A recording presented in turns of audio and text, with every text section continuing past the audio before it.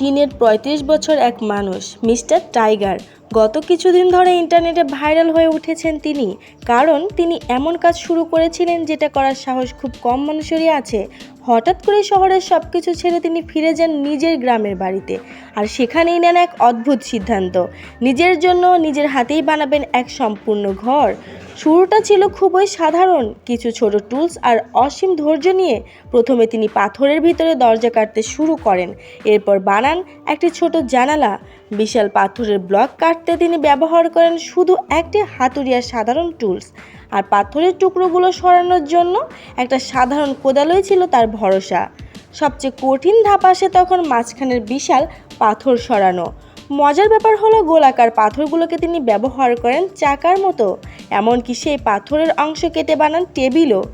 ধীরে ধীরে তিনি পুরো ঘরের একটি প্ল্যান তৈরি করেন, কোথায় কি থাকবে সব কিছু নিখুঁতভাবে ঠিক করেন। 258 দিন পরে জায়গাটা একেবারে বদলে যায়। পাথরের উপর স্প্রে পেইন্ট দিয়ে পুরো জায়গাটা ভাগ করে নেন তিনি একদম একাই। তিনি প্রমাণ করেছেন অসম্ভব বলে কিছুই নেই। এই কাজটা মোটেও সহজ ছিল না, এর জন্য লাগে অসীম ধৈর্য, পরিশ্রম আর নিজের উপর অটুট নিয়ন্ত্রণ।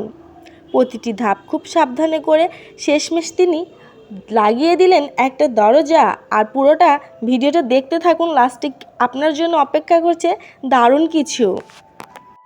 মিস্টার টাইগারের ভিতরে ছিল অদম্য পরিশ্রম আর অটুট ইচ্ছাশক্তি, আর সেই পরিশ্রমই তাকে এনে দিয়েছে এই অসাধারণ সাফল্য।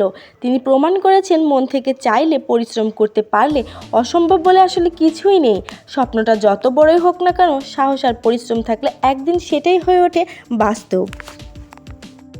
আর এই ভিডিওর ফুটেজগুলো যখন ইন্টারনেটে ছড়িয়ে পড়লো, মুহূর্তের মধ্যে ভাইরাল হয়ে গেলেন তিনি।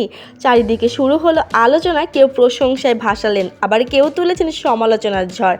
কিন্তু যাই বলা হোক না কেন, একটা জিনিস সবাই মানতে বাধ্য হয়েছে, তার এই অসাধারণ পরিশ্রম আর সাহস সত্যি নজর কাড়ার মতো। সব কিছু শেষ করার পর শুধু একটি ঘর বানিয়েই থেমে থাকেননি তিনি। নিজের থাকার জায়গাটাকে আরও সুন্দর আর জীবন্ত করে তুলতে ঘরের চারপাশে লাগান নানা ধরনের গাছ, ফুলের গাছ, সবুজের ছোঁয়া। প্রতিদিন এই সবুজ পরিবেশেই কাটে তার সময়, যেখানে প্রকৃতির মাঝে খুঁজে পান শান্তি। শুধু একটি ঘর নয়, তিনি তৈরি করেছেন নিজের মতো করে একটা পৃথিবী, যেখানে তার মন থাকে প্রশান্ত, স্বস্তিতে ভরা। এই ছোট ছোট ভালো লাগাগুলোকেই তার জীবনকে করে তুলেছে আরও সুন্দর। একবার রুমের ভিতরের দৃশ্যটা দেখুন, কতটা ঝলমলে আর প্রশান্তিময়। পাথরের নিখুঁত কাজের সাথে বাতাসের হালকা স্পর্শে চারপাশ যেন ঝিলমিল করে ওঠে। মনে হয় যেন প্রকৃতি নিজেই সাজিয়ে দিয়েছে এই ঘরটা। এমন একটা পরিবেশ থাকলে মনটা নিজে থেকে শান্ত হয়ে যায়।